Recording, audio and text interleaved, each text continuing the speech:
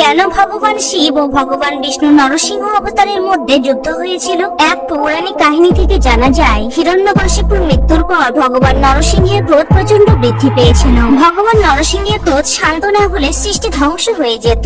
এমন পরিস্থিতিতে ভীত সন্ত্রস্ত দেবতাগণ ভগবান শিবের শরণাপন্ন হন এবং সকল দেবতাগণ ভগবান বিষ্ণুর ক্রোধ শান্ত করার জন্য ভগবান শিবের কাছে প্রার্থনা করেন। তখন ভগবান শিব বলেন, কারোর প্রতি প্রেমের তীব্রতা উগ্রতার চরম শিখরে পৌঁছে দেয়। ভগবান নরসিংহের এই মাত্রাতিরিক্ত ক্রোধ ভক্ত প্রহ্লাদের প্রতি প্রেমের জন্য ঘটেছে। এদিকে ভগবান নরসিংহের হিংস্রতা ত্রিলোক কাঁপতে থাকে। তখন ভগবান শিব তার বীরভদ্র অবতারকে পাঠান। বীরভদ্র বহু চেষ্টা করেও নরসিংহের ক্রোধ শান্ত করতে পারেননি। এরপর স্বয়ং ভগবান শিব ভগবান বিষ্ণুর ক্রোধ শান্ত করতে এবং সৃষ্টিকে রক্ষা করতে সবচেয়ে শক্তিশালী অবতার সর্বেশ্বর অবতারে অবতীর্ণ হন।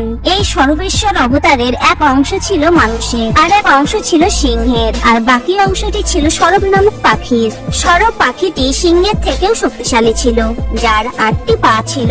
এরপর ভগবান নরসিংহের ক্রোধ শান্ত করতে ভগবান শিবের সর্বেশ্বর অবতার ও ভগবান বিষ্ণু নরসিংহ অবতারের মধ্যে 18 দিন ব্যাপী যুদ্ধ হয়। এরপর ভগবান শিবের সর্বেশ্বর অবতার তার স্বরূপে ফিরলে ভগবান নরসিংহ উপলব্ধি করেন আসলে তাকে শান্ত করতে ভগবান শিব এই রূপ ধারণ করেছেন। এরপর নরসিংহের ক্রোধ শান্ত হলে তিনি তার স্বরূপে বিলীন হয়ে যান। ভিডিওটি ভালো লাগলে প্লিজ ফলো করে সাপোর্ট করুন। Thank you.